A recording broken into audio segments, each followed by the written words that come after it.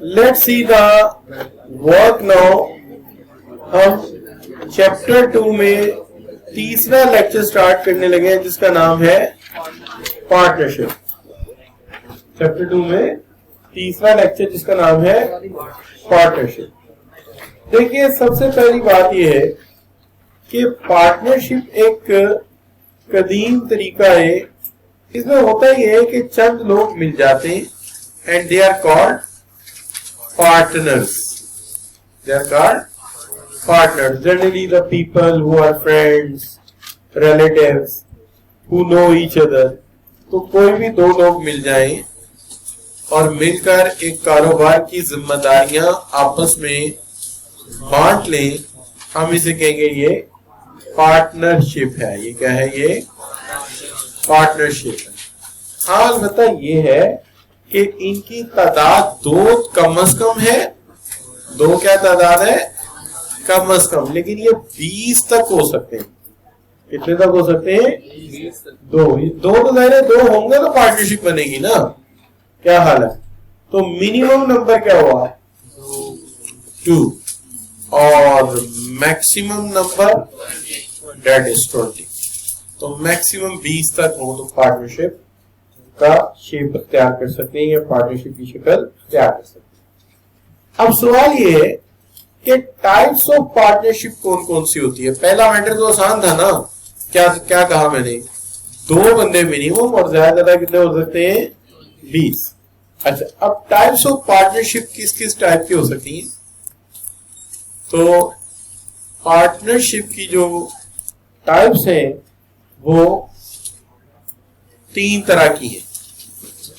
इसकी 3 डिफरेंट शक्लें हो सकती हैं। एक पार्टनरशिप कहलाती है जिसको हम जर्नल पार्टनरशिप कहते हैं।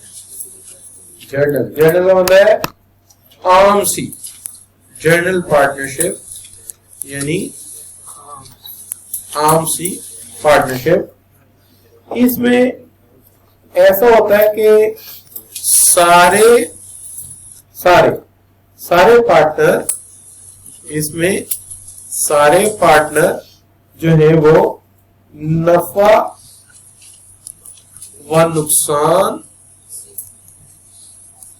के जिम्मेदार होते हैं।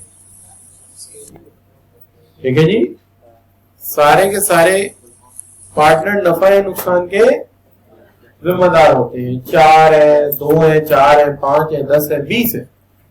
सारे के सारे किसमें जिम्मेदार है? नफे और नुकसान के जिम्मेदार। ठीक है जी। तो उसको क्या कहेंगे? जनरल पार्टनरशिप, जिसके अंदर तमाम पार्टनर्स हैं वो जिम्मेदार हैं नफे और नुकसान। लेकिन दूसरा जो तरीका है वो है limited partnership. Limited partnership. Limited partnership में 2 तरह के पार्टनर होते हैं। एक पार्टनर वो होते हैं जिनको हम जर्नल पार्टनर का नाम देते हैं कि जर्नल पार्टनर है इसके। और ये जो पार्टनर या पार्टनर्स होते हैं ये मुकम्मल तौर पर जिम्मेदार है। मुकम्मल तौर पर जिम्मेदार है नफा और नुकसान के। ठीक है जी। मुकम्मल तौर पर जिम्मेदार है नफा और नुकसान के। लेकिन इसमें दूसरी तरह के भी पार्टनर्स हैं, उनको कहा जाता है लिमिटेड पार्टनर। ठीक है जी। तो जो लिमिटेड पार्टनर है वो नफा व नुकसान के मुकम्मल जिम्मेदार नहीं है। वो सिर्फ नुकसान बर्दाश्त करेंगे कितना? जितनी उन्होंने इन्वेस्टमेंट की है, बस।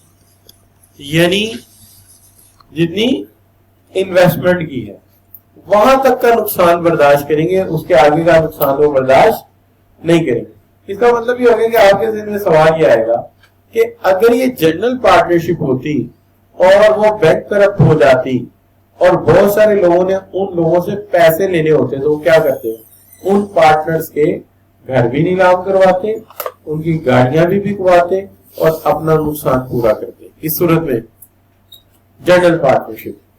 लेकिन लिमिटेड पार्टनरशिप में क्या होगा कि नुकसान की सूरत में कौन सी किस पार्टनर की चीजें बिकेंगी? जाती जनरल पार्टनर का घर और गाड़ी बिक जाएगी अगर नुकसान होगा। लिमिटेड पार्टनर कहेगा मैंने कह के इन्वेस्टमेंट की थी कि मेरे पास यही पैसे है, मेरे पास और कुछ नहीं है, अगर नुकसान हुआ तो ये जारिए डूब जाएगा, बाकी मेरे घर और गाड़ी तक कोई ना आए, क्योंकि मैं इस कारोबार में सिर्फ इन्वेस्टर था और मैंने इसमें अमली जिम्मेदारियां कोई नहीं ली, अमली जिम्मेदारियां कोई नहीं ली मैंने, ये सारे काम जनरल पार्टनर करता रहा, लिहाजा नुकसान का जिम्मेदार कौन है? General partner. इसका मतलब जनरल पार्टनरशिप में तो सारे ही नफे नुकसान के जिम्मेदार होंगे, लेकिन लिमिटेड पार्टनरशिप में जनरल पार्टनर तो तमाम तर जिम्मेदार होगा, लेकिन लिमिटेड पार्टनर जिम्मेदार नहीं होगा। ठीक है। अच्छा, अगर इस सारी सूरत से बचना है तो एक और तरीका हो सकता है, वो हो सकता है कि आप लिमिटेड लायबिलिटी पार्टनरशिप बना लें।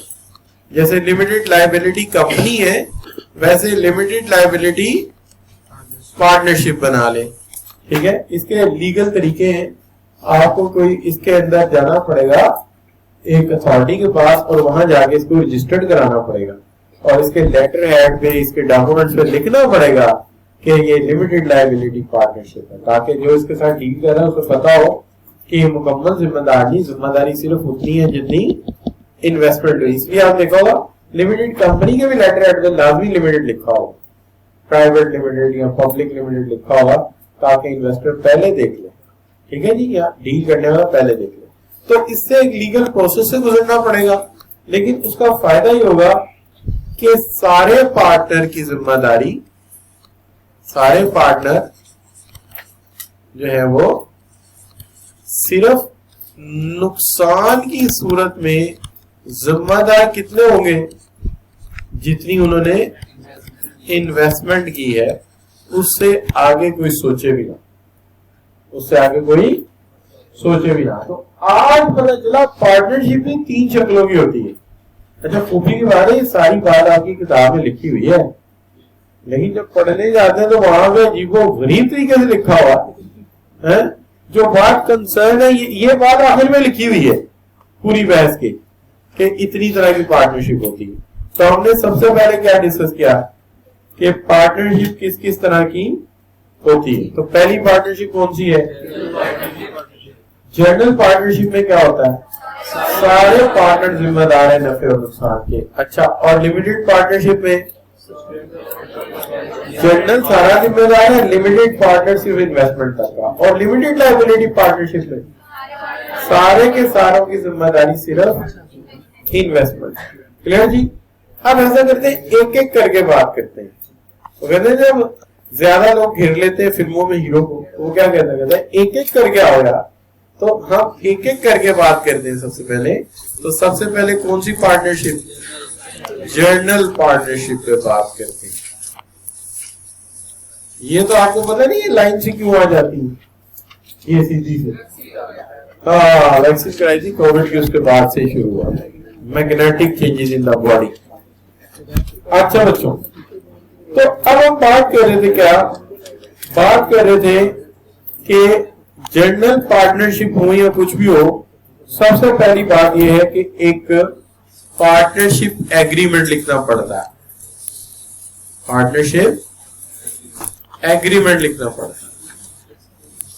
इस पार्टनरशिप एग्रीमेंट यानी कॉन्ट्रैक्ट, ठीक है ना, आप बता ना, कॉन्ट्रैक्ट को बोलने से टर्म बदल जाती है। कॉन्ट्रैक्ट, कॉन्ट्रैक्ट, तो दोनों के मीनिंग में फर्क होता है। ठीक है ना, ये बड़े बड़े मसले मसाइल है हमारी उर्दू जुबान में। अच्छा बच्चों, तो बात हम क्या कर रहे थे कि पार्टनरशिप जो है वो एक कॉन्ट्रैक्ट है, यानी एक एग्रीमेंट है, एक मुआहदा है। अच्छा, तो उसके अंदर क्या लिखी होती है? Terms and condition. Terms and condition यानी कि हर पार्टनर को पाबंद किया जाता है कुछ हदूदों की यूद का, ठीक है ना। तो आप टर्म्स एंड कंडीशन को अंग्रेजी में हदूदों की यूद कह सकते हैं, ठीक है जी। अच्छा, अब इसके अंदर जाहिर बात है हर चीज के लिए एक नेम चाहिए होता है। जैसे आप दुनिया में है, सबसे पहला मसला ये तो नाम क्या रखें। पार्टनरशिप इस दुनिया में आएगी तो सबसे पहला मसला ये बनेगा कि नेम ऑफ पार्टनरशिप क्या होगा। तो नेम ऑफ पार्टनरशिप इस मुआहदे का सर हेड होगा, यानी कि ये नेम है इस पार्टनरशिप का, ठीक है जी। अच्छा, और इसके अंदर ये लिखा जाएगा कि किसकी क्या रिस्पॉन्सिबिलिटीज है, किसकी क्या रिस्पॉन्सिबिलिटीज है। जाहिर है पार्टनर आपस में काम भी तो बांटेंगे ना, एक मार्केटिंग का काम ले लेगा, एक अकाउंट्स का ले लेगा, एक प्रोडक्शन का ले लेगा, वो लिखेंगे ना कि ये जिम्मेदारी तुम्हारी है, ये मेरी है, नाम लिखेंगे, इसकी टर्म्स एंड कंडीशन तय करेंगे। इसके अंदर बहुत जरूरी बात यह है कि ये इसके अंदर कंट्रीब्यूशन भी लिखा जाएगा, किसका कितना कंट्रीब्यूशन होगा।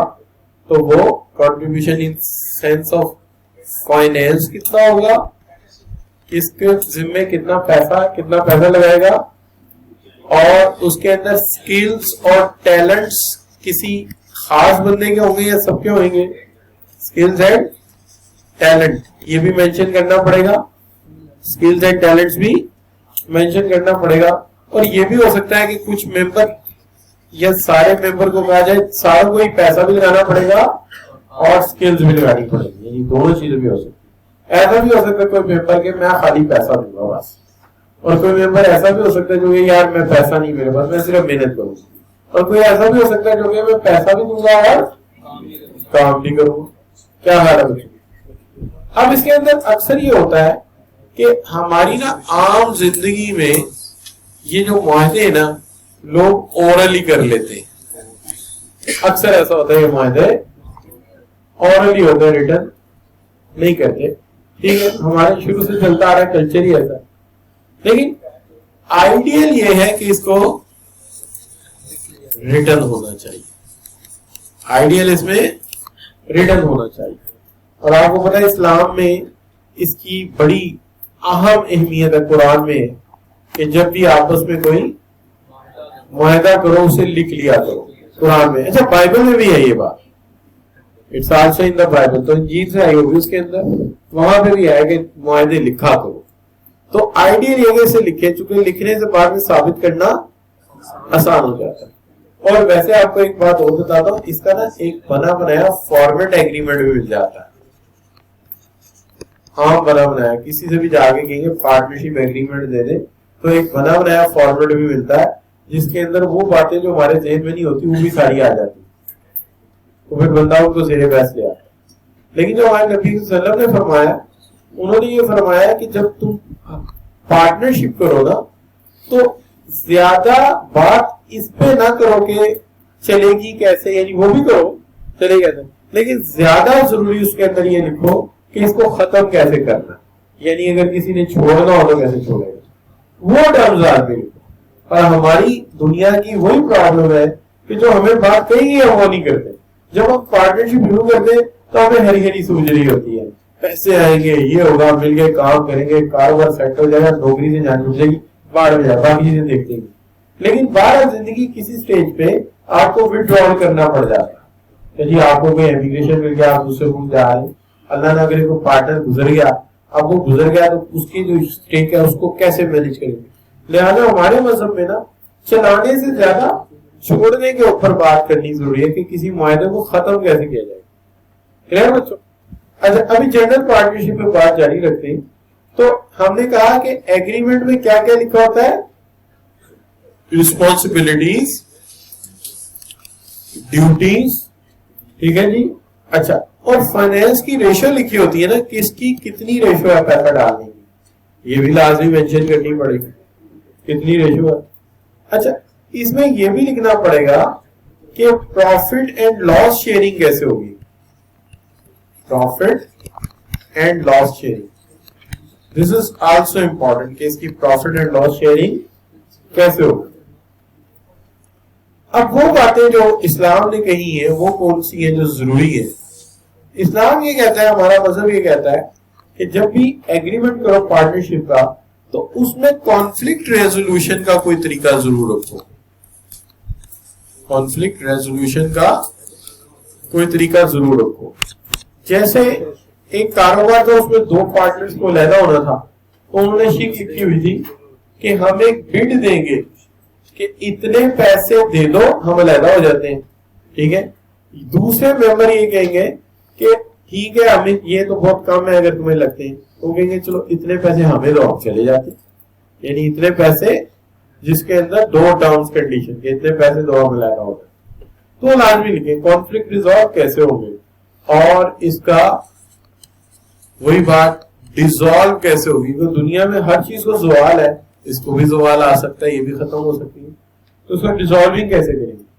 और सबसे आखिरी बात कि जब ये खत्म होगी तो डिस्ट्रीब्यूशन ऑफ एसेट्स कैसे होंगे।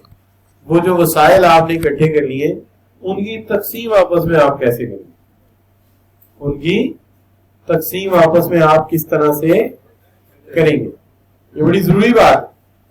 क्या हाल है बच्चों, इनकी तकसीम आप किस तरह से करेंगे। आप देखिए, मैंने जहां से शुरू किया था, सबसे पहली बात आपको ये बताई थी कि पार्टनरशिप के लिए दो या दो से ज्यादा लोग हो सकते हैं, 20 तक हो सकते हैं।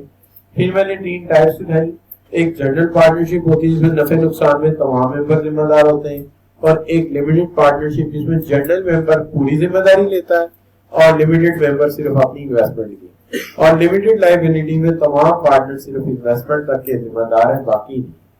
फिर हमने बात की जनरल पार्टनरशिप शुरू की, तो हमने कहा टर्म्स एंड कंडीशन होनी चाहिए। पार्टनरशिप में नेम, जिम्मेदारियां क्या है, कॉन्ट्रीब्यूशन क्या है, फाइनेंस की रेशो, टैलेंट एंड स्किल या दोनों लगाने हैं, प्रॉफिट एंड लॉस कैसे होगा, और आपस में कॉन्फ्लिक्ट कैसे रिजॉल्व होंगे, ये खत्म करने का तरीका क्या होगा, और जब खत्म होगी उस वक्त वसाइल किस तरह से तकसीम होगी। क्लियर बच्चों। अब सीधी बात आ गई, अगर आप कहें कि एक दफा फिर रिपीट कर लेते हैं लिमिटेड लायबिलिटी पार्टनरशिप को, तो कर लेते हैं। यहाँ पे लिमिटेड, क्योंकि आपने वो पहले वाला पढ़ा, तो कहेंगे दूसरा भी तो होना चाहिए डिटेल में। Limited partnership. अब लिमिटेड पार्टनरशिप जब आप करेंगे, तो आप ये जानते हैं कि यहाँ पे ना जो है वैसे आमतौर पर पता कहाँ होती है, ये होती है आमतौर पे उन प्रोजेक्ट्स में जिनमें रिस्की प्रोजेक्ट्स होते हैं, थोड़े रिस्की प्रोजेक्ट्स होते हैं। और ये प्रोजेक्ट्स की मिसाल है जैसे कि ऑयल ड्रिलिंग वगैरह, ऑयल ड्रिलिंग। तो ऑयल ड्रिलिंग पार्टनरशिप होती है, इसमें बड़ी बड़ी कंपनियां पार्टनर बन जाती हैं। तो कुछ कंपनियां ये कहती हैं कि हम सिर्फ इन्वेस्टमेंट तक की जिम्मेदारी लेते हैं, बाकी हम नहीं, चूंकि हम ड्रिलिंग में आना नहीं चाहते। तो कुछ कंपनियां दोनों की जिम्मेदारी लेती हैं, इसलिए वहां भी होती है। इसी तरह रियल स्टेट की पार्टनरशिप में भी ऐसा होता है। ये प्रॉपर्टी डीलर नहीं होते, तो इनके यहाँ भी ऐसा होता है कि जो बंदा आपको पैसे दे के चला गया ना प्लॉट खरीदने के, खरीदारी में इन्वॉल्व नहीं है, वो हमेशा लिमिटेड पार्टनर होगा। वो कहेगा जितने पैसे हैं वहां तक नुकसान रहेगा। लेकिन जो बंदा डील कर रहा प्लॉट में, वो क्या होगा, वो जनरल पार्टनर होगा। लिहाजा वो नुकसान अपने पास से देगा। अगर नुकसान होगा तो अपने पास से देगा। तो रियल स्टेट पार्टनरशिप भी इसकी एक शक्ल होती है। पैसे देने वाला सिर्फ पैसे तक का रिस्क ले रहा है, लेकिन जो दूसरा कारोबार चला रहा है वो दोनों तरह के रिस्क ले रहा है, इन्वेस्टमेंट के भी और एसेट क्लियरेंस के भी। इसे वो जनरल पार्टनर कहलाता है। तो लिहाजा 2 पार्टनर हो गए ना। एक कौन सा हो गया, जनरल पार्टनर, ठीक है जी, और एक हो गया लिमिटेड पार्टनर। तो जो जनरल पार्टनर है वो मुकम्मल तौर पे जिम्मेदार है, ठीक है। तो आप कह सकते हैं कि इस कारोबार का risk is taken by general partner, यानी जनरल पार्टनर ने ज्यादा रिस्क लिया है।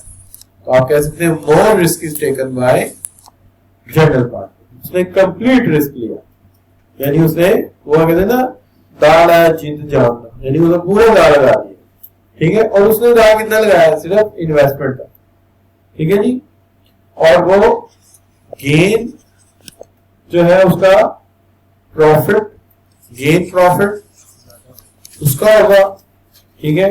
और वो प्रॉफिट भी और लॉसेस में ज्यादा रिस्पॉन्सिबल होगा, लेकिन जाहिर बात है उसका शेयर ज्यादा होगा, मोर रिस्क मोर रिवार्ड, उसका शेयर ज्यादा होगा इन प्रॉफिट, मुनाफे में हिस्सा उसका ज्यादा होगा, ठीक है। और जो लिमिटेड इन्वेस्टर है वो not participate in business, not participate in business, वो बिजनेस में पार्टिसिपेट नहीं करेगा, नॉट पार्टिसिपेट इन बिजनेस, तो बिजनेस पार्टिसिपेट नहीं करेगा। देयरफॉर वो सिर्फ अपना शेयर लेगा, शेयर इन प्रॉफिट, लेकिन उसका प्रॉफिट का शेयर हमेशा लेस होगा as compare to general partner, general partner की निस्बत उसका शेयर कम होगा रेशियो वाइज में, ठीक है। क्योंकि उसने सिर्फ कितना रिस्क लिया है, रिस्क अप टू इन्वेस्टमेंट, उसने रिस्क सिर्फ कहां तक लिया है, इन्वेस्टमेंट तक। क्लियर बच्चों, नो प्रॉब्लम जी। तो उसने रिस्क ही सिर्फ कहां तक लिया है, इन्वेस्टमेंट तक। अब लिमिटेड लायबिलिटी पर तो ज्यादा बात करने की जरूरत नहीं, वो तो वही क्लियर हो गई थी कि उसके अंदर सारे ही पार्टनर सिर्फ इन्वेस्टमेंट तक के जिम्मेदार हैं, उसके ऊपर उनका कोई खर्चा नहीं। क्लियर जी। अच्छा, अब चलते हैं, देखते हैं पार्टनरशिप होती क्या है। कहता है ए बिजनेस दैट इज को ऑन, कौन का मतलब क्या हुआ,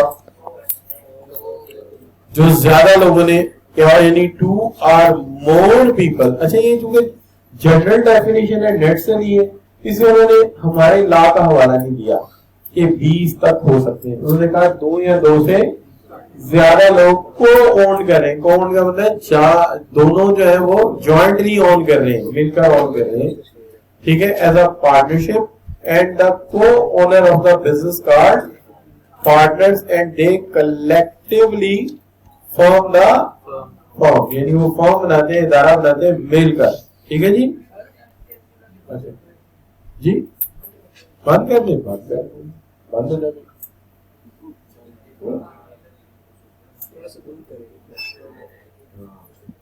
अच्छा बच्चों, अब बात आ गई क्या जी कि हमारी किताब में इसकी डेफिनेशन क्या लिखी। हमारी किताब में इसके साथ डिस्क्राइब किया गया है कि ए partnership exist when the owner of a business is shared by at least कितने, 2 और ज्यादा से ज्यादा कितने, 20, ठीक है जी, ज्यादा से ज्यादा 20। क्लियर जी। अब आ जाए किस तरफ, पार्टनरशिप डीड की तरफ। तो पार्टनरशिप डीड आइडियली क्या होनी चाहिए, रिटर्न। हम ओरल भी कर लेते हैं, लेकिन होनी क्या चाहिए, रिटर्न। अच्छा, इसमें क्या होता है, इसमें ये लिखा होता है share in profit and losses कितना होगा, ठीक है। उसके अलावा इस एग्रीमेंट में लिखा होती है क्या, terms and condition. In terms and condition में क्या लिखा होता है, लिखा होता है कि लेटर कॉन्फ्लिक्ट किस तरह से रिजॉल्व होगा, ठीक है।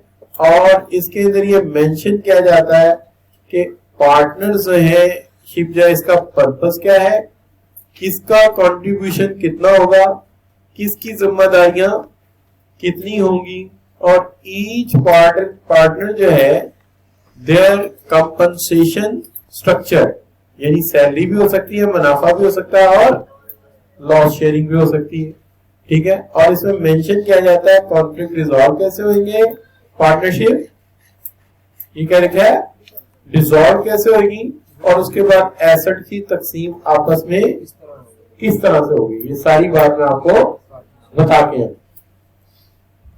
इसके अलावा ए लिमिटेड पार्टनरशिप में क्या होता है एक पार्टनर लाजमी होना चाहिए जो क्या कहलाएगा, जनरल पार्टनर। और जो जनरल पार्टनर होगा उसकी लायबिलिटी कितनी होगी, अनलिमिटेड। नुकसान की सूरत में उसे अपना सब कुछ भी बेचना पड़ सकता है। और एटलीस्ट वन लिमिटेड पार्टनर होना चाहिए, यानी जनरल पार्टनर भी ज्यादा हो सकते हैं, लिमिटेड भी ज्यादा हो सकते हैं, लेकिन दोनों में इकसाम कम से कम एक होगी तो फिर वो लिमिटेड लायबिलिटी बनेगी।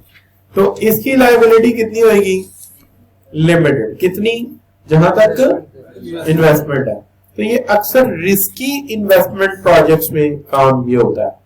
और वो रिस्की प्रोजेक्ट्स में मैंने दो मिसालें दी थी, एक oil industry, oil drilling industry, और दूसरी कौन सी दी थी, रियल एस्टेट। तो ये जनरल पार्टनर ज्यादा रिस्क लेगा और जो लिमिटेड पार्टनर है, और वो जो लिमिटेड पार्टनर है वो मैनेजमेंट का हिस्सा नहीं होगा, वो पैसे देगा और सेट असाइड हो जाएगा। डिसीजन सारे कौन लेगा, जनरल पार्टनर लेगा।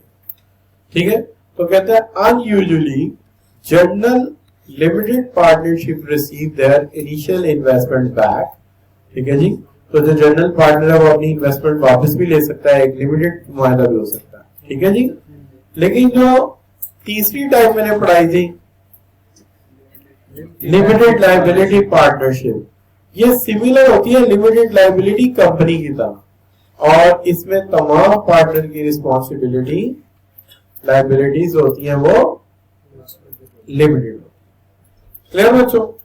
अब यहां से आप अंदाजा कर सकते हैं कि किस तरह इन्होंने लिखा और हमने उसको किस एडवांटेजेस और डिसएडवांटेज। पहले एडवांटेजेस देखते हैं। तो देखिए, पहली बात तो ये है कि एडवांटेज ये है कि ईज ऑफ फॉर्मेशन। एक कारोबार करना है, ज्यादा पैसा नहीं है, लेकिन अगर लोग मिल जाएं, आपस में सज्जा मिला लें, यानी अपने वसाइल मिला लें, एसेट्स मिला लें, तो काम बड़ा आसान हो जाता है। तो कहते हैं सोल प्रोप्राइटरशिप जो है, इसकी तरह पार्टनरशिप को भी बनाना बड़ा आसान है। इसके लिए कुछ ज्यादा बड़ी यानी फॉर्मेलिटीज नहीं है, डॉक्यूमेंटेशन बहुत ज्यादा नहीं।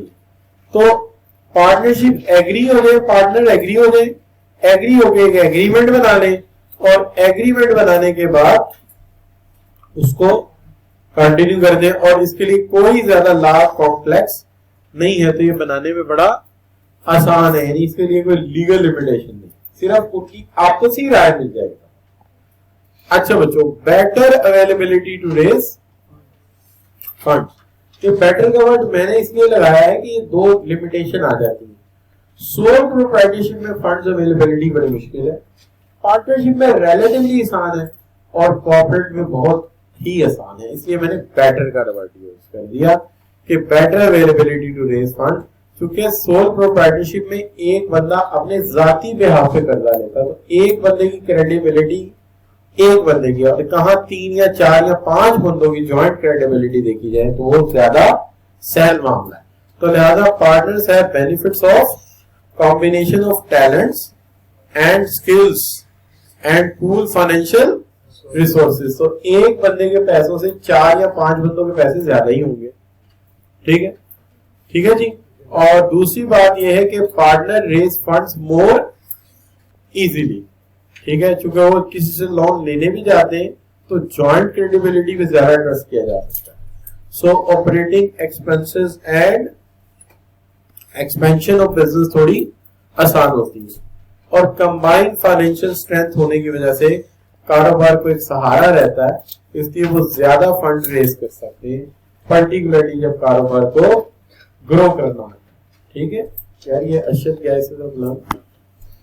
अब देखिए, इसके साथ साथ एक बात और भी है ना कि ना सिर्फ कंबाइंड फंड है, कंबाइंड क्या है, इनके पास बेटर चांसेस ऑफ सक्सेस है, क्योंकि एक ब्रेन नहीं है, ज्यादा ब्रेन है। तो कहते हैं रिस्पॉन्सिबिलिटी आपस में बांट सकते हैं, और वो जिम्मेदारी ले सकते हैं जिस चीज की जो जो स्किल्स हैं, तो वो जिम्मेदारी ले लेते हैं। लिहाजा हर बंदा अपनी एक्सपर्टीज में काम करेगा, तो क्या होगा, ज्यादा चांसेस है कि पार्टनरशिप सक्सेसफुल हो जाएगी। सोल प्रोप्राइटरशिप में तो काम ही एक बंदे पे है सारे के सारे, तो कितने को काम करेगा। लेकिन अगर काम बांट लिए जाए तो अल्टीमेटली काम क्या होंगे, बेटर हो जाएंगे।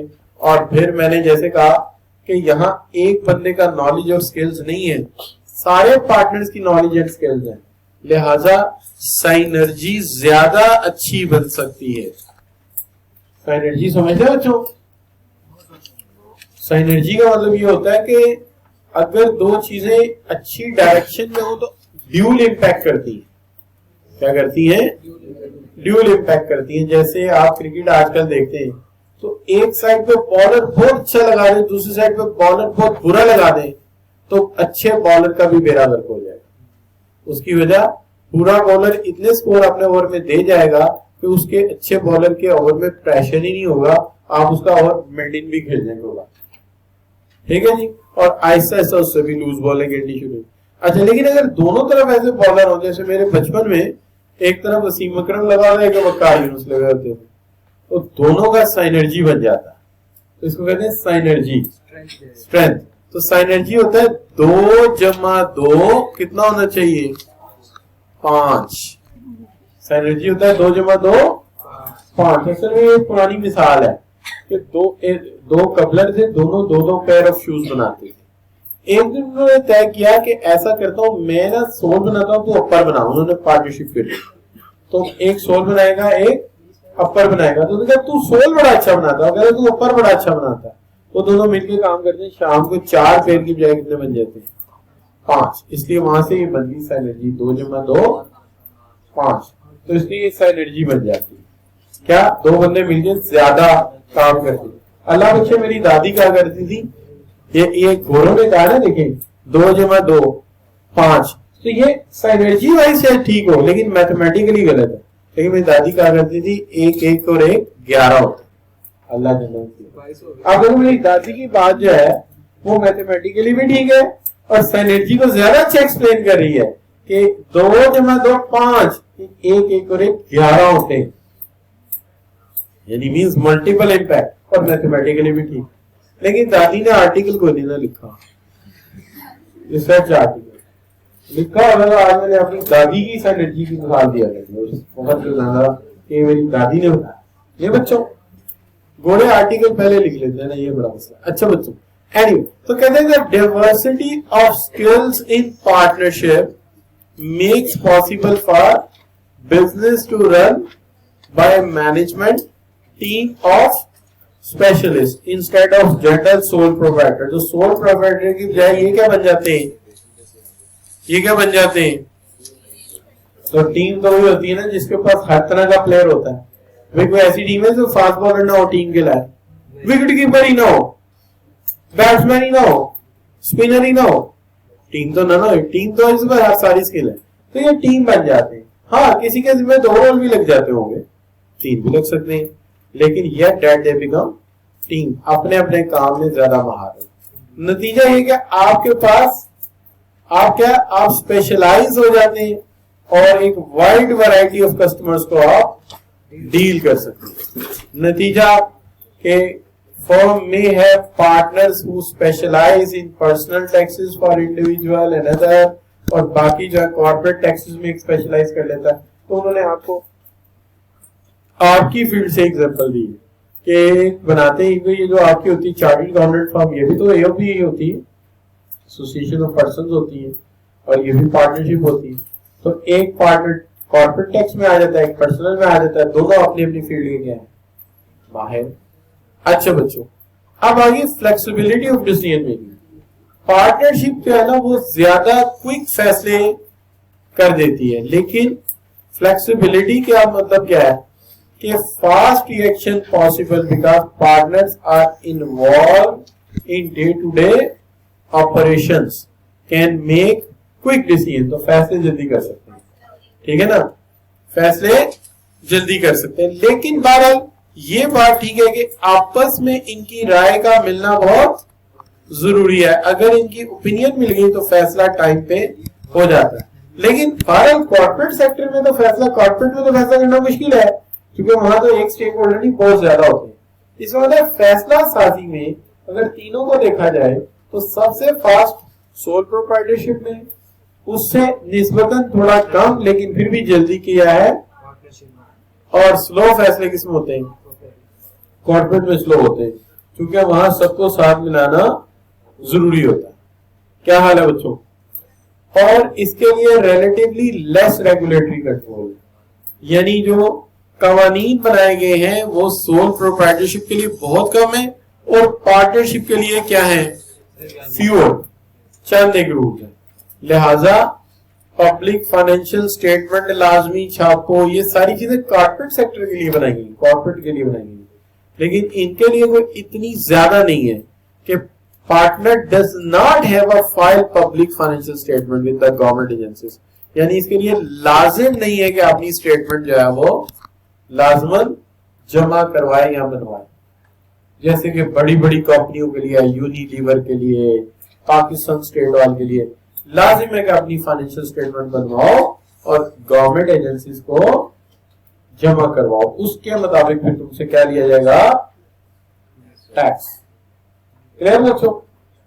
अच्छा, अब किस तरह चले इसके डिसएडवांटेज। अब जब आप डिसएडवांटेजेस की बात करते हैं तो आप कुछ भी कह लीजिए, लिमिटेड लायबिलिटी पार्टनरशिप तो बहुत कम एग्जिस्ट करती है, ज्यादातर जो एग्जिस्ट करती है वो जर्नल और लिमिटेड पार्टनरशिप है, जिसके अंदर बहरहाल किसी ना किसी की जिम्मेदारी क्या है, अनलिमिटेड है। अगर आपके फैसलों में कोई गड़बड़ हो गई और लीगल जजमेंट आ गई तो आपको अपने एसेट्स को बेचना पड़ेगा, पर्सनल एसेट्स को बेचना पड़ेगा, अपनी गाड़ी, अपना घर, अपने जितने भी एसेट, अपने प्लाट आपको बेचने पड़ेंगे। ठीक है, तो प्रोप्राइटरशिप के तरह इसमें भी आपको फेलियर का लॉस बहुत ज्यादा बर्दाश्त करना पड़ेगा। अच्छा बच्चों, अच्छा दूसरी बात क्या आ गई, शेयरिंग ऑफ प्रॉफिट। सबसे दुनिया का मुश्किल काम है, पैसा जब आता है इतना सारा पैसा, कितना अच्छा लगता है, लेकिन जब वो तकसीम होता है, ये दुनिया का सबसे मुश्किल काम। तकसीम में हमेशा लड़ाई होती और वो बिल्कुल इस तरह होती है जैसे मौलवी लड़ते, मौलवी देखे लड़ते हुए चंदे से। मैं याद है बचपन का एक वाकया है, एक परात थी बहुत बड़ी, जिसमें एक हलवा था जिसमें बहुत ज्यादा ड्राई फ्रूट डाले गए थे, किशमिश, अखरोट, बादाम, काजू, और वो भी फ्राइड यानी रोस्टेड, और वो हलवे पके में दरमियान में देसी घी। अब 4 मौलवी होते, तो एक मौलवी कहता है, एक उंगली लेके दरमियान में कहता है, इक्सी बादशाह, इक्सी मैंगो बादशाह में स्टोरी सुनाना है, इक्सी बादशाह, तो एक नाली अपनी तरफ खींच देता है, इस तरह घी तेजी से उसके जाना शुरू हो जाता है। कहता है नहीं उसके 2 बेटे थे, वो 2 उंगलियां घी उसके जाना शुरू हो जाता। तीसरा कहता है कि नहीं उसकी 3 बेटियां भी तो थी, वो तो भूल गए हो, वो 3 बना लेता है। अब चौथे की बारी आती तो वो रात में घी तो इधर उधर चला जाता है, तो कहता नहीं एक्चुअली हुआ ये तो उन सबकी लड़ाई हो गई थी, उन सबकी लड़ाई हो गई थी। तो तकसीम बहरहाल एक मुश्किल मसला है। तो बहरहाल कहते हैं any profit generated must be shared, तकसीम करना पड़ेगा अमंग द पार्टनर, और ये सबसे बड़ा मसला है, यहीं से सारी दुश्मनियां पैदा होती हैं। और अक्सर आपने देखा होगा फिल्मों में एक पार्टनर दूसरे पार्टनर का खून कर देता है ना, खून कर देता, और फिर नतीजा फिर नरक में जाता है। और क्या, अच्छा इन फिल्मों में ऐसा कहते हैं। अच्छा बच्चों, तो हमारे यहाँ तो जहन्नुम में जाएगा ना। अच्छा, तो हम बात ये कर रहे थे कि वैसे हमारे नजदीक तो दोनों जहन्नुम में जाएंगे इंशाल्लाह। उसकी वजह ये कि बेशक अच्छे हैं बुरे दोनों है तो हिंदू ना। अच्छा बच्चों, higher number of total partners small जो है वो अपन तकसीम करेंगे, और ये तकसीम करना जो है ये इंतहाई मुश्किल काम है मुनाफा कमाना। अच्छा बच्चों, आगे क्या आगे डिफरेंस ऑफ ओपिनियन। देखिए ये डिफरेंस ऑफ ओपिनियन तो हर जगह होता है। आपने अक्सर देखा होगा आपके अम्मी अबू जो है वो लड़ते हैं आपस में, है ना, कभी कभी बड़ी सख्त लड़ाई हो जाती है घर में, बर्तन फेंकने शुरू कर देती है अम्मी अबू को। नहीं, मैं एक्सट्रीम केस की बात कर रहा हूँ, एक्सट्रीम केस की। अच्छा, तो ये क्या होता है, डिफरेंस ऑफ ओपिनियन हो जाता है ना। अच्छा, ये हमारे तो अंडरस्टैंडिंग है, आपको पता ही है, हमारे शुरू में ही फैसला हो गया था, हमारे यहाँ बर्तन बहुत कम टूटते, जितने भी टूटते हैं सिंक में टूटते। अच्छा बच्चों, in contrast of combined knowledge and skills, diversity of partners may result in the serious disagreement। जब डाइवर्सिटी होगी डिसएग्रीमेंट जरूर होगा। एक इकोनॉमिस्ट, एक मार्केटर, एक फाइनेंशियल को उठा दे, तीनों की राय नहीं मिलेगी। बल्कि आप ये कहते हैं ये मुइशत चलानी होती है, इकोनॉमिस्ट की राय नहीं मिल रही होती। विकास कोई डेवलपमेंट इकोनॉमिस्ट है, कोई लेबर इकोनॉमिस्ट है, तो लेबर वाला लेबर के एंगल से सोचेगा, डेवलपमेंट वाला डेवलपमेंट के एंगल से सोचेगा, और मैन पावर प्लानिंग वाला मैन पावर प्लानिंग के एंगल से सोचेगा। लिहाजा ये मसला है कि जब भी लोगों में स्किल्स डिफरेंट होगी तो डिफरेंस ऑफ ओपिनियन होगा। अच्छा, डिफरेंस ऑफ ओपिनियन के मतलब ये भी याद रखिए कि हमें लगता है लड़ाई बुरी चीज है। अच्छा, इसमें तीन व्यूज है, तीन व्यूज है। हमारे चैप्टर का हिस्सा ही नहीं बनना, मैं डिस्कस करता कि वो तीन व्यूज ये, पुराने लोग ये कहते हैं कॉन्फ्लिक्ट नुकसानदेह होता है, लेकिन जब ह्यूमन रिलेशन स्कूल आया तो उन्होंने इस बात को रियलाइज किया कि ह्यूमन और कॉन्फ्लिक्ट ना हो, ये कैसे हो सकता है, क्योंकि हर इंसान जो है उसकी एक राय तो होगी, तो कॉन्फ्लिक्ट तो होगा। तो ये जो है ह्यूमन रिलेशन स्कूल के ओपिनियन में लिखा गया है कि ओपिनियन का डिफरेंसेस होंगे। और जो मॉडर्न मैनेजमेंट थॉट आए वो कहते हैं ये तो सबसे पावरफुल चीज है, अगर डिफरेंस ऑफ ओपिनियन ना होती तो दुनिया में इनोवेशन ही ना होती, नई इजादात ही ना होती। ये जितनी इजादात नजर आ रही है, किसी ना किसी ने इख्तलाफ राय किया है जहां से ये पैदा हुई। ठीक है, जैसे कार मैन्युफैक्चरर है, तो car manufacture board of director बैठे हुए, तो एक कहेगा गाड़ी जो है ना इफेक्टिव फ्यूल इंजेक्शन वाली होनी चाहिए, दूसरा कहता नहीं नहीं इलेक्ट्रॉनिक्स होनी चाहिए, इलेक्ट्रॉनिक हाइब्रिड होनी चाहिए, तीसरा कहता होनी ही टोटल इलेक्ट्रॉनिक्स चाहिए। बहस करते करते करते करते तीसरे पहुंचे कि हाइब्रिड होनी चाहिए, और आज हाइब्रिड सबसे ऊपर है, दुनिया सबसे ज्यादा गाड़ी हाइब्रिड बिकती है। तो डिफरेंस ऑफ ओपिनियन पावर भी है, लेकिन बाहर इतना ज्यादा डिफरेंस ऑफ ओपिनियन हो जाना कि इख्तलाफ के नतीजे में कारोबार की परफॉर्मेंस इफेक्ट हो जाए, वो नेगेटिव है। लेकिन क्रिएटिविटी के लिए, नया मॉडल बनाने के लिए, उसमें फीचर नए लाने के लिए वो अच्छी बात है। तो यहाँ जो लिखी है वो नेगेटिव एंगल है कि इतना कॉन्फ्लिक्ट ना हो कि एक दूसरे के क्या है वो, आपने सूफी तबस्सुम की नजर पड़ी ना बचपन में, लड़ते लड़ते हो गई गुम, एक की चोंच और एक की दुम। तो ये ना हो जाए कि इतना ज्यादा इख्तिलाफ हो और डिफरेंस ऑफ ओपिनियन होता है, वो बड़ी अच्छी बात। और आखिरी बात बच्चों इसके अंदर मुश्किल है, और वो ये है कि जब डिसोल्यूशन होता है इसका, यानी आप इसको वाइंड अप करते हैं, तो वाइंड अप करते वक्त एक बड़ा मसला पैदा होता है कि वाइंड अप करने की पहली बात है मेथडोलॉजी पे इख्तिलाफ हो जाता है, और आखिर में जाके शेयर की असेसमेंट कैलकुलेट करना, किसकी कितना शेयर है, ये मुश्किल हो जाता है। कोई कहता है मैंने मेहनत की थी, तू मेहनत नहीं करता था, कोई कहता है नहीं तू तो स्लीपिंग पार्टनर था, वो कहता है नहीं नहीं तूने तो एफर्ट ही नहीं की थी। लिहाजा हर बंदा अपना स्टेक जिताता है, तो ये बड़ा डिफिकल्ट हो जाता है। और जब डिफिकल्ट हो जाता है तो आखिर में इसको डिसबैंड करना और फिर उसके बाद इसके एसेट की तकसीम एक मसला हो जाता है। और कई ऐसे केसेस हैं जो लिटिगेशन में जाते हैं, वहां फिर वो क्वालिफाइड चार्टर्ड अकाउंटेंट को हायर करते हैं, वो फिर दोनों पार्टीज को बिठा के समझा बुझा के कुछ मसले हल करते हैं। तो अभी कई केसेस मार्केट हैं कोर्ट्स में इस तरह के। अच्छा बच्चों, ये बातें समझ आ गई आपको? तो